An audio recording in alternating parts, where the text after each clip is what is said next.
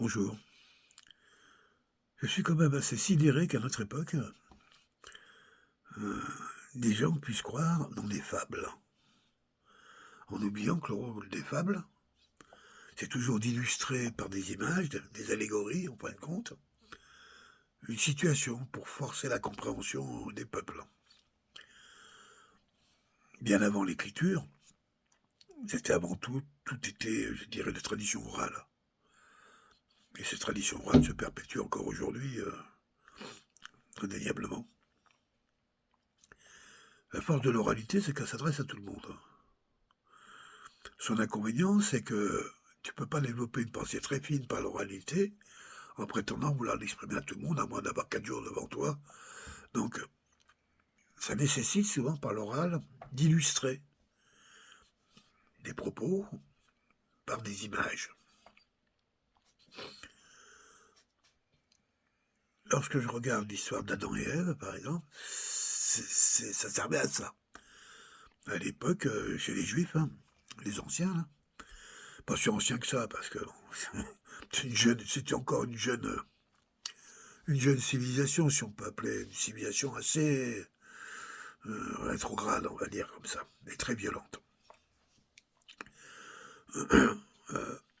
Ont inventé cette histoire d'Adam et Ève. Alors, bon, on peut regarder tous les principes qu'il y a dedans. Ève n'est ni plus ni moins qu'un morceau d'Adam, un petit bout. Alors, il y en a qui disent que c'est la côte, d'autres il y en a qui c'est mauvaise traduction, ça serait plutôt le fémur, ben bon, peu importe. Ça me donne une idée où il place la femme. Et à l'homme. Et puis, l'homme se fait le sacrifice d'un morceau de lui, l'homme c'est pur, hein, la pureté, il n'y a rien encore. C'est le représentant de Dieu sur terre, il est parfait. Ah, il se balade à poil, mais bon, on lui met quand même une feuille de vigne, on sait jamais. C'est encore des trucs un peu bizarres. Ah, bah oui, c'est bien que dans cette religion, la nudité est un plus qu'un péché, c'est carrément. On voit quand même que, comment il s'appelle, Noé, ouais, c'est ça, Noé, le mec qui a fait l'arche, pas qui a fait. Dans le livre, on est toujours. Je ramène dans l'histoire, dans le conte, hein, c'est comme les sept nains, c'est pareil. Hein. On peut les retrouver, les sept nains, moi je peux vous les présenter, ils sont au pouvoir en France. Euh, ouais, et la reine, ah ben, Jean-Michel, ben, pourquoi pas après tout, à la limite, hein, Jean-Michel Trogneux serait la reine et les sept nains, bon bref.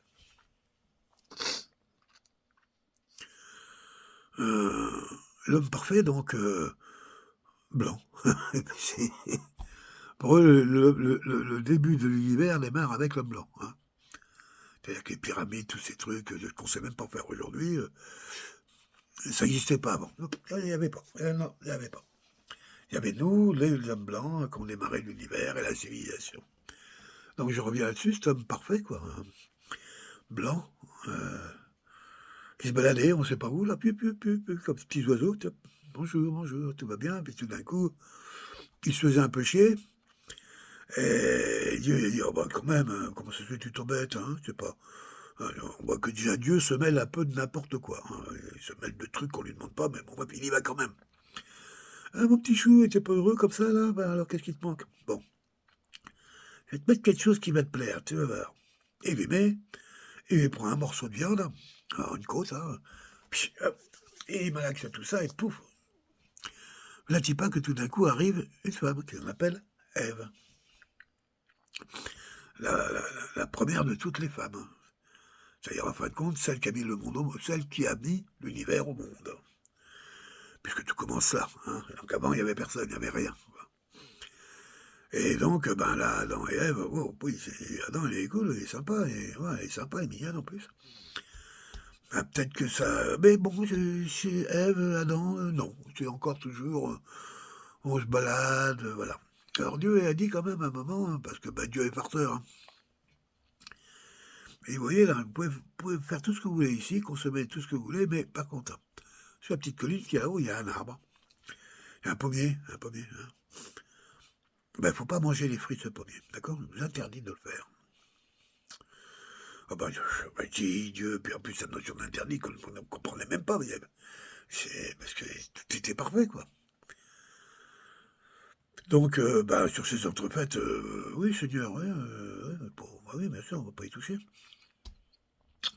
Mais ça les rend curieux, hein, comme quoi Dieu est bien provocateur quand même un peu, hein. Et nanana, nanana, imagine tu remplaces le pommier par un magasin, quoi, hein. Elle se balade dans le coin, boit de la lumière. Oh, bah, dis donc, c'est ouvert. Dis, chérie, chérie, les nouvelles chaussures, là. Ah. Ouais, mais Dieu, il a dit, non, non, non, non, faut pas toucher à... faut pas rentrer dans le magasin pour acheter de nouvelles chaussures, ma chérie. Là, Dieu a dit que c'était pas possible. Bon, mais peut-être un petit chemisier, là. Bon, enfin, bref, on peut continuer comme ça jusqu'à ce qu'à un moment, le vendeur du magasin, voyant un peu qu'il y avait une grosse hésitation de la demoiselle, il sort la tête et... Que vous êtes jolie, madame. C'est vrai que des beaux petits pieds comme les vôtres mériteraient de très très belles chaussures. Ah, dis, attends, rien. Le gars, il dit quand même, franchement, mes pieds sont beaux. Bah, non, il dit, oui, bien sûr que c'est beau, tout est beau. Tout est parfait, c'est parfait. Même le magasin, là, il est tout beau, c'est merveilleux. Mais Dieu a dit qu'il fallait pas acheter de trucs. Ouais, mais bon, regarde. Il a dit que bon, ça serait bien d'habiller ses pieds comme ça, avec de la beauté, puisque tout est beau, que Dieu aime le beau. Bon, bah non, tu sais, il sait pas dire non, parce qu'il a pas appris à dire non. Il était tout seul avant. Et dire non à quoi, avec qui, puisqu'il a été dans la perfection. Il n'y a aucune raison d'avoir cette idée de non. D'ailleurs, entre parenthèses, beaucoup de langues des peuples les plus anciens, hein, aborigènes et autres, ne connaissaient pas dans leur langage la notion de non, hein, pas plus que la notion de négatif.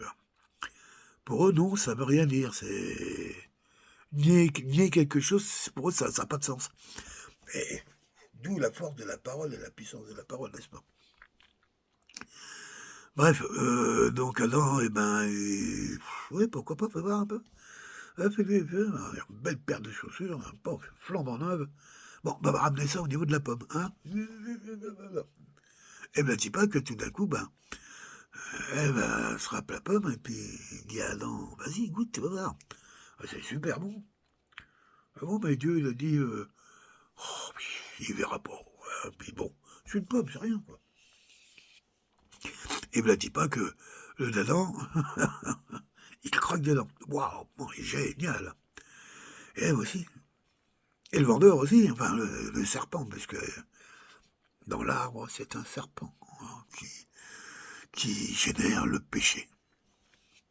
Et me dis pas que tout d'un coup, l'homme pur, parfait, d'Adam, se retrouve corrompu par le présent de Dieu qui était Ève, en ayant franchi un interdit divin. Et c'est comme ça que du paradis, en fin de compte, dans lequel vivait Adam, puis Ève, est devenue la terre. Là où on est, voilà.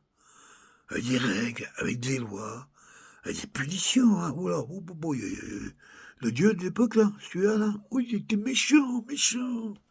Hein, il appelle Yaya quelque chose.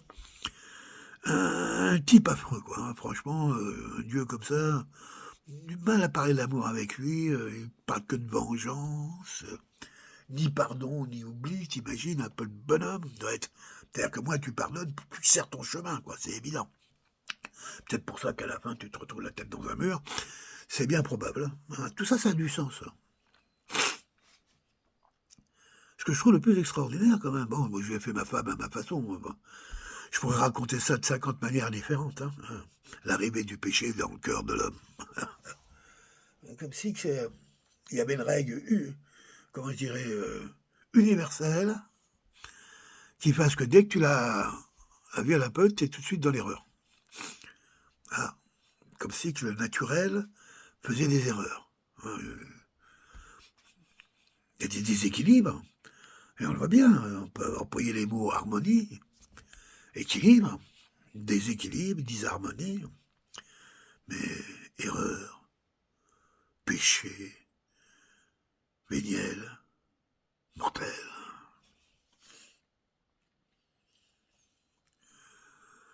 Pourquoi je parle de ça un peu, je reviens là-dessus? Parce qu'aujourd'hui, j'entends des gens qui prennent ces histoires-là comme vérité. À notre ère, c'est quand même assez scientologique, scientifique, pardon. Oui, je fais exprès. À cette ère-là, je veux dire, c'est toujours surprenant que des gens puissent considérer que le monde a démarré ainsi. Il y a eu des dinosaures, puis Adam et Ève, après c'est parti à autre chose. Et l'Afrique, les Africains. Alors ils ont une réponse là-dessus. Hein. Ouais, toujours pareil. Hein. Quand je vous disais, c'est une population qui... Enfin, une religion qui a énormément de mal avec la nudité. Et les pornocrates, certes, mais habillés. Pornocrate, oui, parce qu'il est permis tellement de choses sur la femme ou contre la femme dès l'enfant. Hein. Pour eux, une femme, ça a 3 ans et un jour. À partir de là, on peut en faire ce qu'on veut. Hein. Peut-être pas avoir des gamins tout petits, mais tout de suite, mais on peut se marier, on peut commencer à engager des trucs. 3 ans et un jour. Donc, oui, comme je disais, cette nudité hein, qui terrorise, en fin de compte, ces gens-là ont entraîné un petit peu leur vision des Africains, qui se résume ainsi. D'abord, il y avait eux, l'être humain. Quand tu entends ces gens-là, l'être humain, il n'y en a qu'un, c'est eux. Après, le reste, c'est des... Comme ils le disent, ils l'ont bien déterminé, des animaux humains, c'est-à-dire encore pas tout à fait des préhumains, quoi, voilà. Hein. Et les noirs, c'est même plus des préhumains, c'est carrément des animaux. C'est-à-dire leurs ancêtres. Oui, oui, oui, oui. Leurs ancêtres. Leur maman. Et c'est un animal, donc ils reconnaissent venir d'un animal. Hein, ah non, c'est vrai que c'est un oreille rouge, mais je suis planté, c'est dur, dur, dur de comprendre tout ça. Hein. Hein. Bref. Comment se fait-il en fin de compte que ces hommes, enfin ces préhumains, même pas, ces animaux humains, avaient la peau noire, ont la peau noire? J'ouvre la parenthèse vite fait comme ça pour ceux qui m'écoutent. 85% de l'humanité actuelle est noire. Alors noir, c'est-à-dire ce qui n'est pas blanc, on va dire ça comme ça. Et les couleurs, le noir, ça va, comme on dit, du noir violet, qu'ils appelaient noir Congo. Les noirs comme moi, quoi, moitié rosé, quoi. Hein. Il y a une extension de couleurs, et chez le blanc, ça va pareil. Ça va carrément du blanc transparent, on voit les veines, à un blanc mat, presque cireux, qu'on peut trouver un peu chez les Africains blancs, hein, qu'on appelle, j'ai oublié le nom. Ouais. Eux, ils racontent ça comme ça que Noé, donc je parlais de Noé tout à l'heure, le gars au bateau, là, et ce qu'il avait comme particularité, c'est qu'il adorait picoler, hein, il aimait bien le pinard. Et donc, presque tous les soirs, il se prend une bonne cuite à l'estaminet du coin. Et puis, Noé avait plusieurs enfants, je crois 3 à l'époque. C'était pas beaucoup, parce que normalement, on avait fait d'avoir 10-15 gosses minimum avec eux, hein, puisqu'ils ont tout fait pour ça. Bref, rentrant complètement bourré chez lui, on se couchait dans sa chambre, il oublie de se couvrir, et comme il était complètement sous, il se déshabille, il est nu, et il s'écroule sur son lit. Son fils aîné, Sem, je crois, hein, Sem, ou Cham, c'est Cham. Ouais, c'est Cham, bref, prenez vos livres, je dis plus des bêtises depuis longtemps. Hein, est venu la nuit recouvrir son père, hein, c'est-à-dire, il l'a pris pour pas qu'il ait froid, il lui a mis la couverture dessus. Bon, le problème, c'est qu'il a vu son père nu. Et dans cette religion hautement spirituelle, d'une force vive incroyable, d'une générosité et d'un amour que peu de religions ont autant connu, on dit que c'était un sacrilège qui méritait la mort. Voir son père nu, bourré, pouvait entraîner à la lapidation. Et donc, Dieu, pas content du tout encore que cet interdit ait été franchi, condamne ce fils aux enfers en lui disant « Tu auras la peau noire, les cheveux crépus, et toute ta descendance pour la nuit des temps, et vous serez maudits. » C'est comme ça qu'ils expliquent que les Noirs sont ni plus ni moins les descendants. Ah, ils ont une arithmétique et bon, faut suivre, hein, parce que moins 5000, après on se retrouve à... Bref, leur truc à eux, quoi. Et qui fait que le négro, ni plus ni moins... Ah, moi j'aime employer le mot négro parce que je trouve ça beau. Hein, parce que je me sens concerné, pour moi il n'y a aucun racisme en employant ces mots-là, mais je sais qu'il y a des susceptibilités aujourd'hui. Moi, quand me vexait, quand j'étais jeune, c'est pas négro qu'on me traitait, on me traitait de blanchette. D'accord? La boule de neige. La boule de suie aussi, hein? Boana. Pas que les trucs de blanc, quoi. Voilà comment ils expliquent, en fin de compte, pourquoi les Africains. Alors après, si on veut leur parler un petit peu... après, il y a des tas de choses qu'on peut plus parler, quoi, à vrai dire, Émile, parce que quand ils partent de leur bouquin pourri, là, enfin, de leur histoire, d'un type qui est monté montagne, qui a entendu des voix. Je peux te garantir que moi, je connais du monde qui entend des voix. Hein. Si on les avait tous suivis, bref, le mec qui redescend, Dieu m'a parlé, Dieu a fait de moi qui je suis, et il m'a dit de vous transmettre un message. Que Dieu lui ait parlé, ça, je dis pas le contraire. Et pourquoi pas, après tout, il y a plein de gens qui entendent Dieu. Moi le premier. C'est pas le même, hein, mais voilà. Je connais ce plan-là. Que Dieu, bref, ait parlé à un homme, certes, mais ce qui m'étonne le plus, c'est qu'il y a plein de gens tout d'un coup qui l'ont écouté. C'est-à-dire que les autres, ils ne devaient pas être au courant qu'il y avait Dieu ou pas quoi, parce que c'est le premier, le seul, sûrement, l'unique, qui arrive, le midi, type, oui, c'est sur la montagne, Dieu m'a parlé. Ah bon? Oh, bah, dis, bien voir, les gars, là. Il y a machin, là. Et voilà. Non, mais pourquoi je me moque comme ça? Tu vas mettre ça à la dérision? Parce que c'est des contes pour enfants. Hein, ça avait vocation à éduquer un peuple de sauvages, de barbares qui tuaient les femmes à coups de pierre, dès que celles-ci avaient eu le tort de ne pas satisfaire leur mari, c'est de ça qu'il s'agit, quoi. Hein, tuer les fils qui se moquaient de l'homme. Enfin, des barbares. Hein. D'ailleurs, moi j'ai bien une bonne histoire. Pourquoi les barbares? Parce que, comme ils n'arrêtent pas de dire que la Palestine, tout ça c'est chez eux, alors je vais raconter une petite histoire qui va les servir. Hein. À l'époque de Pharaon. Non, je parle pas de Richard Burton et Elizabeth Taylor.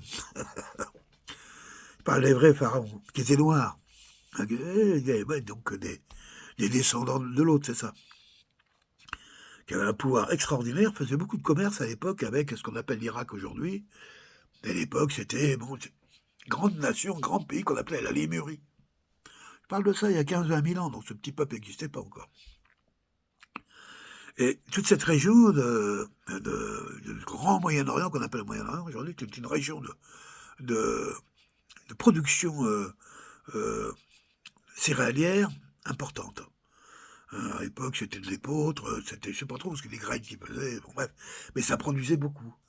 Et donc, Pharaon avait un commerce avec ses plaines-mains, et lui, Pharaon emmenait souvent de l'or, en échange de quoi, puisqu'à l'époque, les choses se payaient beaucoup comme ça,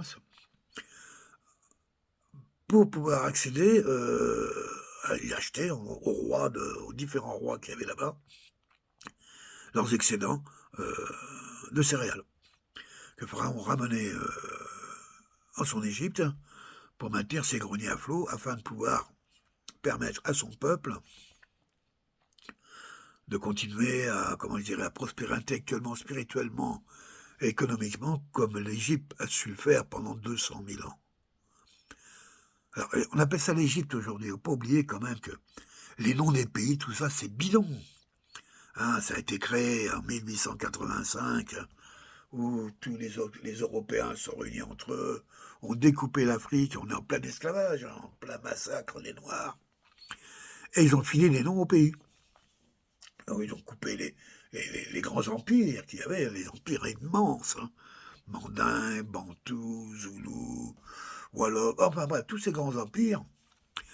Pas un immense spécialiste, je pense au professeur Kofi Reshmire, je pense beaucoup à lui, il n'y a plus de nouvelles de lui pour le moment. J'espère qu'il va pas trop mal. Hein, on lui souhaite en tout cas. Merci en tout cas pour les enseignements qu'il m'a apporté et qu'il a apporté à beaucoup d'autres. On voit aujourd'hui que ça a quand même payé, puisqu'en Afrique, il y a quand même une nouvelle mentalité qui arrive. Alors, bien sûr que les conditions économiques mondiales et politiques le permettent, mais néanmoins. Donc là, je suis parti un petit peu loin dans tout ça, oui, c'est ça. Quand Pharaon a amené ses grandes caravanes, donc pour amener de l'or, pour aller donc de l'autre côté de la Méditerranée, et pas en bateau, il devait passer sur cette plage très étroite qu'on appelle actuellement la Palestine, tout ce coin-là, le Liban, tout ça.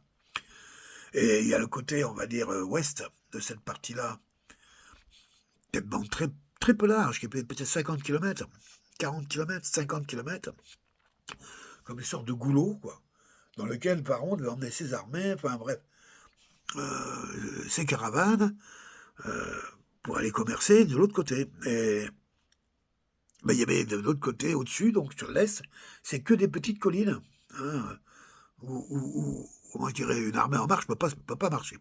Pas plus que les grandes caravanes qu'il y avait, c'était pas possible, le terrain s'y prêtait pas du tout. Par contre, ça se prêtait bien pour les petits voleurs. Ceux qui cherchaient à survivre, voilà. Et donc, qu'est-ce qu'ils faisaient? Ben, il y a des gens qui vivaient là-dedans, une petite tribu, et puis de temps en temps, ils descendaient sur les caravanes quand ils pouvaient, ils pillaient, ils volaient, en fin de compte, puis se sauvaient et se cachaient dans la montagne.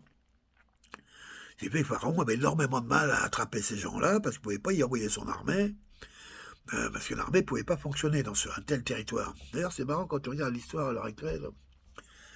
T'enlèves les avions, on en serait où là, hein? Bon, bref. Et donc, ce petit peuple-là qui vivait, ben, ces petites... c'était ça, c'était des pharisiens. Hein, c'était tous ces... Ah, je sais pas le nom de tous, mais... c'est des juifs. Voilà, qui étaient là. Hein. Et donc, je vais même plus loin que ça. Ces gens-là ont réussi à prendre des livres aussi.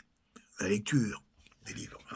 C'est pas des livres de poche d'aujourd'hui. Hein. Les livres de l'époque, c'était souvent sur des grands parchemins, donc en rouleau, souvent, et il fallait quand même savoir les coder un petit peu. Quand on voit la sophistication des idéogrammes, qui sont en fin de compte la représentation de l'écriture égyptienne, il faut quand même avoir un peu de maîtrise. Et on peut supposer qu'à un moment, ils sont tombés sur une copie, par exemple, du livre des morts, qu'on retrouve d'ailleurs. Hein. Et quand on regarde ça, on s'aperçoit en fin de compte que la religion, que je reviens quand même, chrétienne, celle du Christ, qui n'est pas celle de l'Ancien Testament, mais qui est celle du Nouveau Testament, mais malgré tout extrait de l'Ancien. Étant donné que le Fils de Dieu qui vient, qui n'est pas reconnu par la totalité de ce groupe, est quand même un juif. Voilà. Ces gens-là sont tombés sur ces livres. Les ont-ils compris? Je ne crois pas. Peut-être. Mais ils ont surtout adapté à leur vision à eux. Leur vision à eux. Racialiste, xénophobe, qui n'aiment pas les femmes, qui n'aiment pas l'étranger, qui n'aiment rien, quoi. Ce sont des gens qui aiment la détestation, qui aiment la haine. Tellement leur Dieu est méchant. Il leur laisse aucun espoir, rien. Si ce n'est que baisse la tête, et puis dis merci pour chaque coup de fouet. C'est ça un peu, cette mentalité de dingo, là. On voit où ça conduit quand même aujourd'hui. On se voit là, en 2024, un type qui parle de ça, en massacrant, sous des tapis de bombes, nos frères et sœurs, leurs frères et sœurs, qu'ils veuillent ou non, des êtres humains, des femmes, au nom de ce vieux bouquin dégueulasse, et au nom de ce Dieu qui leur aurait donné dans le passé cette terre. Mais quel passé on parle, hein? leur passé à eux, mais c'est rien sur l'histoire de l'humanité. Ça ne me porte même pas une seconde. Ils n'ont jamais existé, sauf là, depuis 2000 ans, là, où ils cassent les couilles à tout le monde.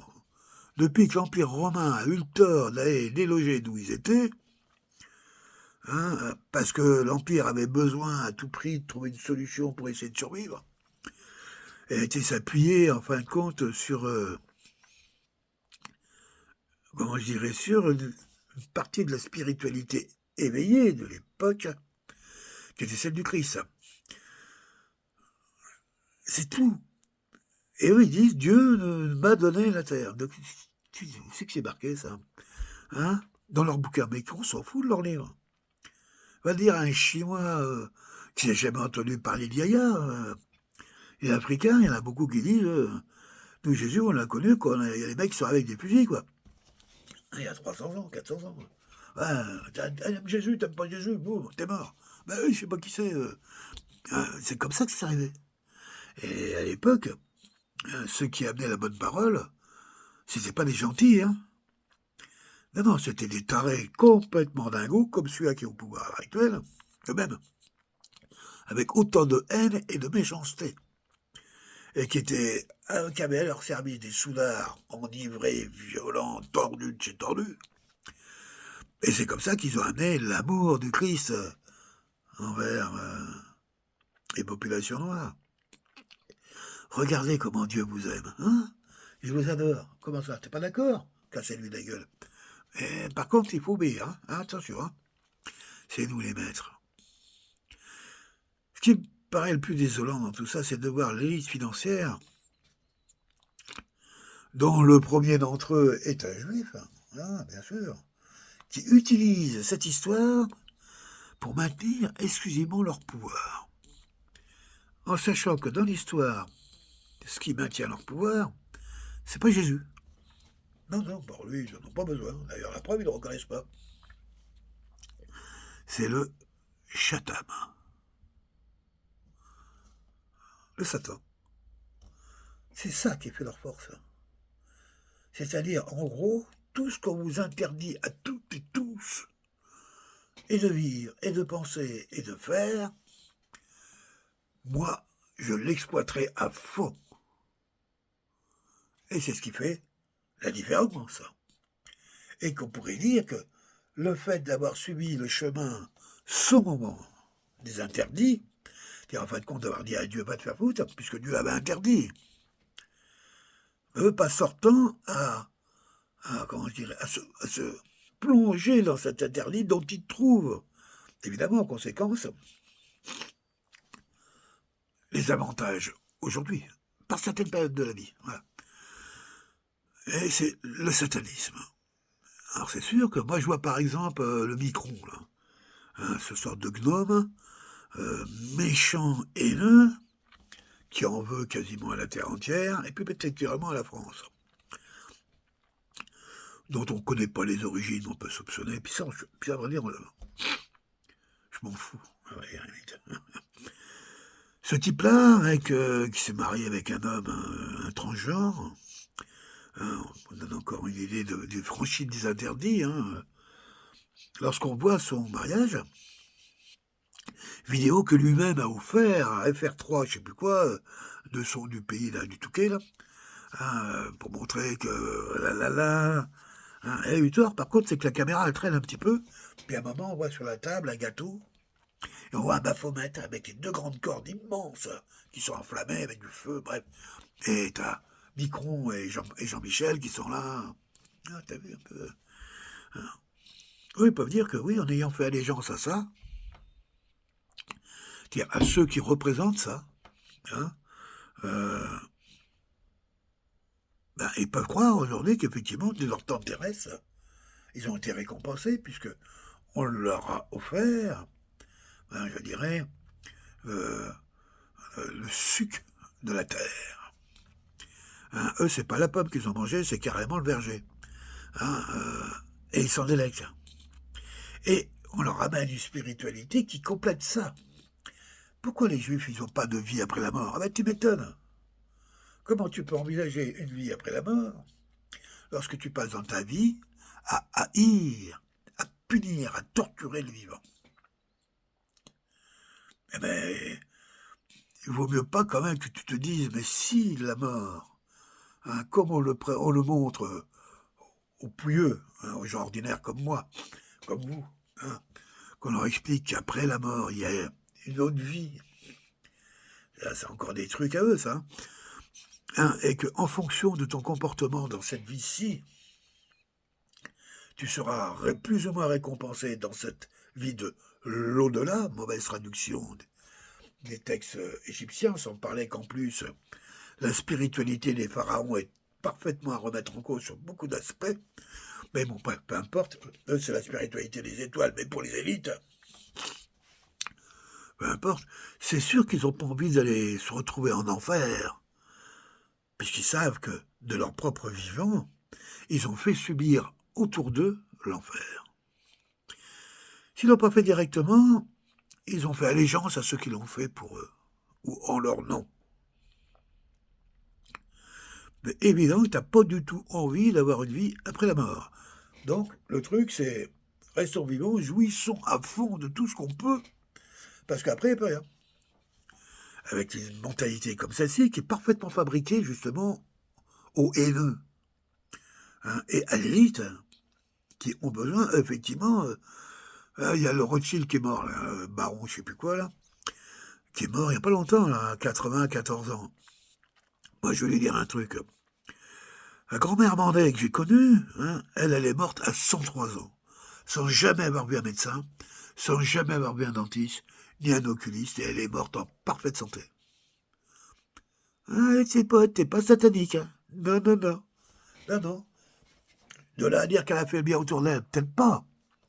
Mais elle a vécu normalement, elle a élevé ses enfants, elle a aimé son mari, elle a travaillé, elle a essayé d'être heureuse, sûrement. Elle a subi 3 guerres, hein. Ben, c'est pas elle qui a choisi les guerres, hein. Non, non, non. C'est toi. Et toi, baron de machin, 94 ans, ben, paf, extinction des feux. Ah, puis là, paquet, tout d'un coup, j'ai envie d'être croyant comme vous. J'ai même envie d'être parfaitement chrétien à ce moment-là pour souhaiter vraiment que quelque part l'enfer existe après la mort. Afin que ces gens-là, qui eux nous l'imposent dans notre vie, le subissent éternellement. Et ça les fait vraiment chier. Ça leur fait peur. Ça les rend dingos. Ils veulent plus entendre parler. C'est pour ça que quelque part ils se déchaînent autant sur le christianisme, hein, et sur le Christ, qui est l'un des leurs, hein, qui jusqu'à ce qu'il ait pas remis en cause le business, bon, ils acceptaient, ouais, oui, c'est un roi, peut-être, bon, c'est un gars de chez nous. Mais quand il a touché le business, il touche le pognon, hein, ben, c'est comme Saddam Hussein, hein, comme Kadhafi, hein, il a touché le fric. Voilà. C'est ça qu'il s'agit. Je viens juste rappeler un petit peu remettre ça dans l'axe. Alors je sais que ceux qui croient pleinement à ces folies, ce qui m'étonne le plus, c'est le nombre d'Africains et d'Antillais qui peuvent croire à ça. Hein, à l'Ancien Testament, à Adam et Ève, la création du monde. Et si je disais que le monde a toujours existé, et que la notion de commencement et de fin n'existe pas dans la vie. La vie n'a pas de commencement, n'a pas de fin. On dit bien de Dieu qu'il a toujours été là, enfin été vermètre et pas tout à fait adapté, puisque par définition, Dieu ne peut pas se définir. S'il se définit, ça veut dire que quelque part, il lui manque encore quelque chose pour être dit, mais quoi. Bon, bref. Oui, comme je disais, je me perds encore un peu plus. Oui, quand je vois quand même un peu tous ces Africains, tous ces Antillais, tous ces Noirs, dont mon oncle, dont mes cousins qui sont pasteurs, c'est quoi leur truc à eux? Merde, c'est un peu comme les Juifs, hein, c'est leur religion. Hein. C'est adventiste, ouais. Ce sont des adventistes du 7e jour. Ah, du dimanche ou du lundi, hein, on n'en sait rien. eux sont parfaitement bien branchés sur l'idée de Adam et Ève. C'est la souffrance, ça tapait tellement fort sur la tête que vous en avez été obligé de croire en ça. Et le pire, c'est que vous croyez que, bien sûr, vous pensez qu'il y a une vie après la mort. Et donc vous acceptez, en fin de compte, d'être torturé de votre vivant. Peut-être torturer un petit peu aussi au passage vous-même. Parce qu'après, quand vous serez mort, vous aurez une vie de paradis de délices. Alors chez certains, c'est mille vierges. Quand on regarde un petit peu quand même toutes ces allégories, on a du mal à dire qu'il y a quand même des gens qui sont... qui croient en ça. Alors, bien croire que tu es dans un petit village, au fin fond de la montagne, là-haut dans la forêt, où tu n'as jamais vu personne, il n'y a pas de télé, il n'y a pas d'internet.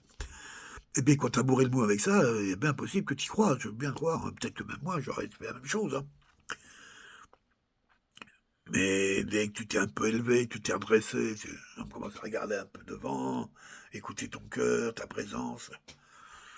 Et tu vas pouvoir dépasser ça, non? Je suis sidéré de voir cette habileté, en fait, compte dans cette religion qui te la joue à l'envers. Le monde des vivants, le monde des morts. Le monde des vivants pour les riches n'est pas le même que le monde des vivants pour les pauvres. Et le monde des morts pour les riches n'est pas le même que le monde des morts pour les pauvres. Mais ce qui est intéressant à voir, c'est que c'est carrément croisé. C'est-à-dire, le riche qui amène l'enfer sur Terre pousse ce pauvre qui subit l'enfer à croire que quand l'enfer sera fini sur Terre, il trouvera le paradis quand il sera mort. Et le riche sur Terre, et le pauvre sur Terre, alors non, mais lui, il n'a pas d'action, et le riche sur Terre, qui sait très bien qu'il entraîne l'enfer sur Terre, lui, il ne croit pas du tout à la vie éternelle, mais pense à l'éternité des gens comme lui. Ils se sentent éternels par le groupe, pas par soi, par le groupe. C'est-à-dire, ce peuple est éternel, voilà. Moi, non. Mais de l'autre côté, il n'y a pas d'enfer, non, l'eau, bouille. On va pas y aller, là.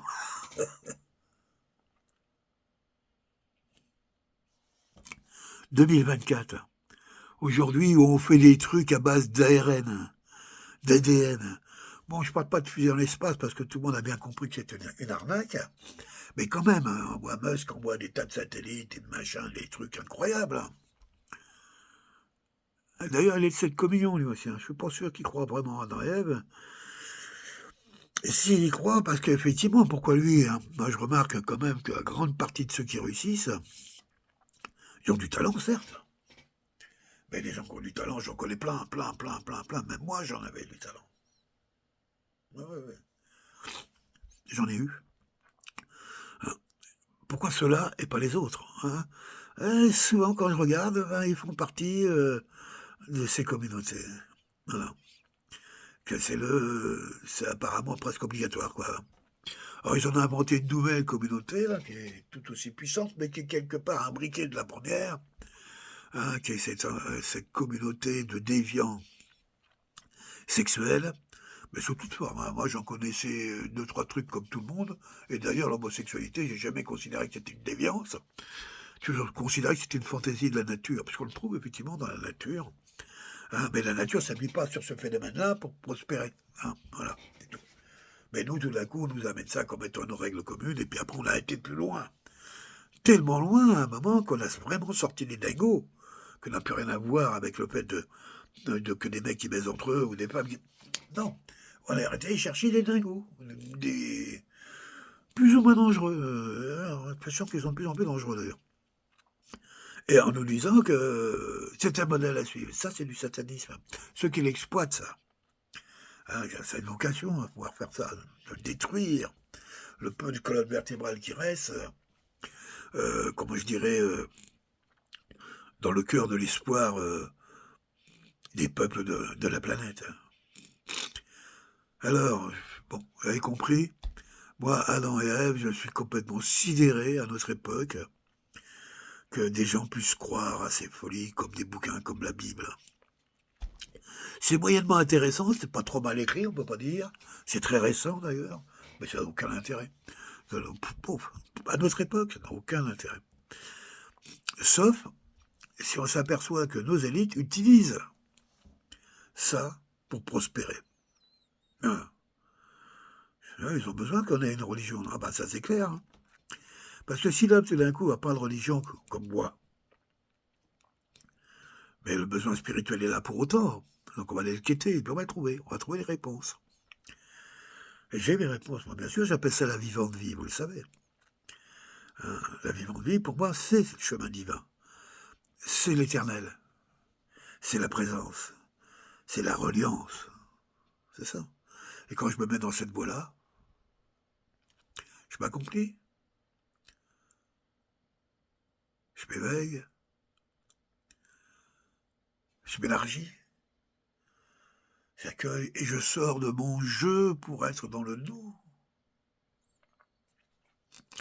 Le nous, que si on le fait sonner un petit peu à l'africaine, ça nous fait le noun, qui est pour eux l'univers premier. Un jour, alors, il y a eu une fois,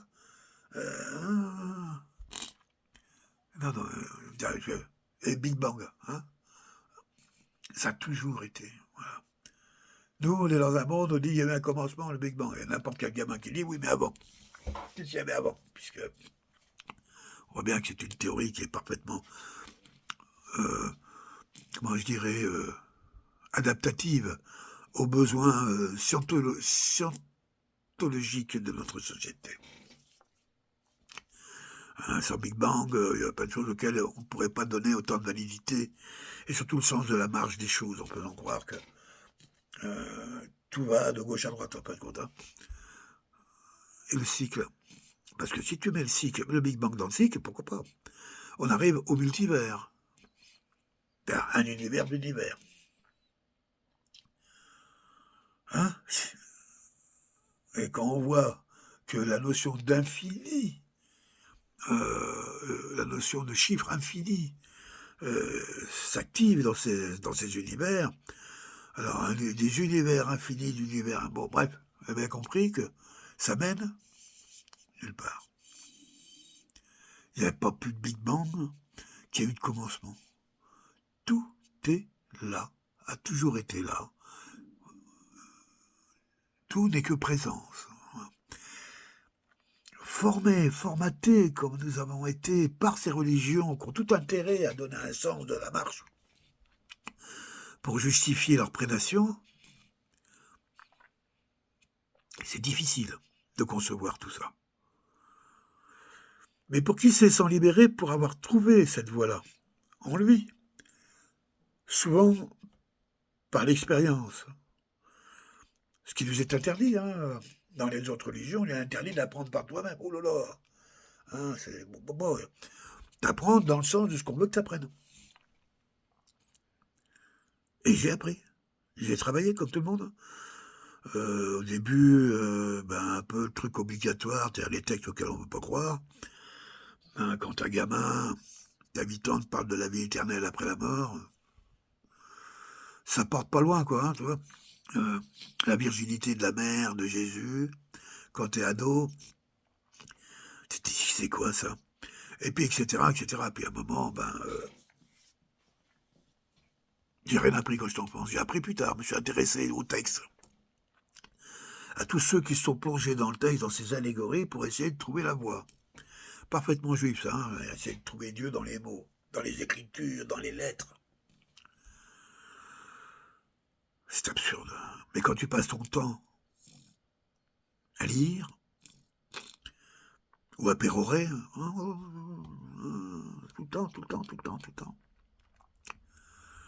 qu'on appelle une maladie mentale, normalement, il est bien possible que quelque part, il se passe quelque chose, pour certains. C'est peut-être le plus dingo de tous, c'est qui va sortir, oui, ça y est, il m'a parlé. Il ou elle, ça dépend, moi j'ai toujours il, hein, je sais pas pourquoi. Ce serait macho Dieu. Bon, je pourrais vous en parler encore longtemps et longtemps, juste, voilà, pour exprimer cette folie. Et les seuls qui pourraient apporter des réponses spirituelles. Face à ça, c'est pas le New Age, tout ça, c'est bidon. Demandez-leur un peu qui sont leurs ancêtres. Demandez les Blancs. Putain, j'ai déjà pas d'expérience. Ouais, tous ceux qui vont chercher leurs origines galactiques, machin, truc bidule. Et je lui dis, mais et la mer Noire. Ah bah oui, non, mais bah, si tu parles dans le sens que quelque part, il y a une source. C'est-à-dire qu'il y a un commencement. À un moment, il faut passer par l'Afrique, avant d'aller dans les galaxies là-haut. Et si tu passes par l'Afrique, tu t'apercevras que tes ancêtres,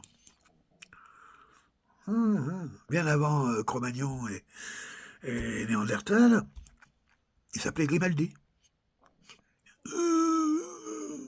Parce que je prends encore la version historique, celle qu'on veut mettre en place pour donner un sens aux choses, alors que moi je ne crois pas du tout à tout ça.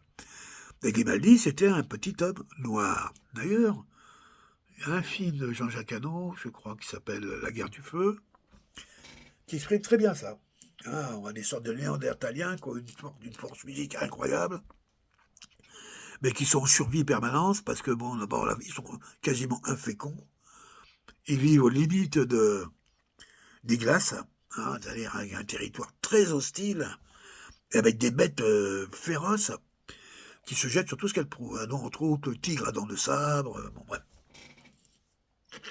Et ces gens-là vivaient terrés dans les fonds de grottes, en essayant de se protéger comme ils peuvent. Et un jour, j'ai eu la chance de découvrir le feu. J'aime bien comment il l'explique un petit peu dans ce film-là. Et ce qui leur permettait de protéger l'entrée de leur grotte. Je ne suis même pas sûr qu'ils avaient encore pensé à se nourrir avec le feu. Et puis un jour, ce feu s'éteint, et on envoie les 2 soldats les plus courageux de repartir dans la savane pour essayer de trouver un feu. Puisque quand il y avait des orages, des éclairs, alors c'est vrai, quand je dis dans la savane, en réalité, ils sont plutôt dans l'Écosse. On est dans le sud de l'Europe, on arrive sur les bords de la Méditerranée. Pas de contre rien d'africain dans tout ça. Et c'est en arrivant justement sur le bord de la Méditerranée qu'ils tombent sur un village de noirs, qui jouent de la musique, qui s'habillent, qui font des bijoux, qui font de la peinture, qui dessinent, qui écrivent, qui enterrent les leurs. Bref, ils sont confrontés tout d'un coup à une nouvelle culture, et grâce à une histoire d'amour entre une jeune femme noire et un grand néandertalien, qui lui fera des enfants, et ils continueront à prospérer en Europe. Je préfère cette histoire-là à celle d'Adam et Ève ramenés par les Romains. Pas oublier qui c'était les Romains, c'est les Américains de l'époque, massacreurs américains, les Anglo-Américains de l'époque. Des massacreurs et des racketteurs sur le monde du vivant. C'était ça l'Empire romain. Et c'est eux qui ont amené cette religion christique dans leur bagage par nécessité de survie. Et je pense sincèrement je crois que les descendants des empereurs vivent toujours. Et que les fortunes que ces empereurs ont pu amasser sont toujours là. Il n'y a pas que le Vatican. Savoir que dans le Vatican, une grande partie des gens qui y vivent ne sont pas religieux. Sont des laïcs. Qu'est-ce qu'ils foutent là Je pense que les plus grandes fortunes du monde se trouvent encore là. Tellement ils ont pillé. 500 ans de pillage sur toute l'Europe, même si l'Europe n'était pas riche, mais ils ont surtout eu l'Afrique. L'Égypte était immensément riche. La Nubie, un producteur d'or, parce que, bon, évidemment, l'or, ils n'ont pas trouvé en Europe. Dans le Grand Nord, ils ne pouvaient pas y aller à cause des conditions climatiques. Dans le Sud, il n'y en avait pas. En France, il y a une mine d'or, je crois que ça s'appelle Saint-Thierry-la-Perche. Ils font, je ne sais plus, quelques dizaines de kilos par an. Pour vous dire. Ça va pas bien loin, quoi. S'occupent les gens. Voilà. Bon, je fais mon petit tour un petit peu sur ma vision un petit peu du monde, et surtout sur le ridicule, insensé et violent qui nous est imposé par la vision désagréable, vraiment désagréable, de ces élites qui s'abrogent ces saloperies d'histoire débiles afin de masquer les horreurs qui se font subir à l'humanité depuis 2000 ans. Depuis l'Empire romain. Voilà. D'ailleurs, Pyrrhona, les Khazars, hein, se seraient-ils pas rencontrés par hasard, hein? Voilà. Sur ce, je ferme les parenthèses. Je pense que quand je fais des vidéos longues comme ça, il n'y a pas grand monde qui m'écoute. Mais moi, ça me permet de libérer un peu ma parole et de mettre ça au clair et d'envoyer aussi dans les énergies en me disant que je ne fais pas pour. Voilà. C'est ma façon d'être, voilà, ma façon de communier. Voilà.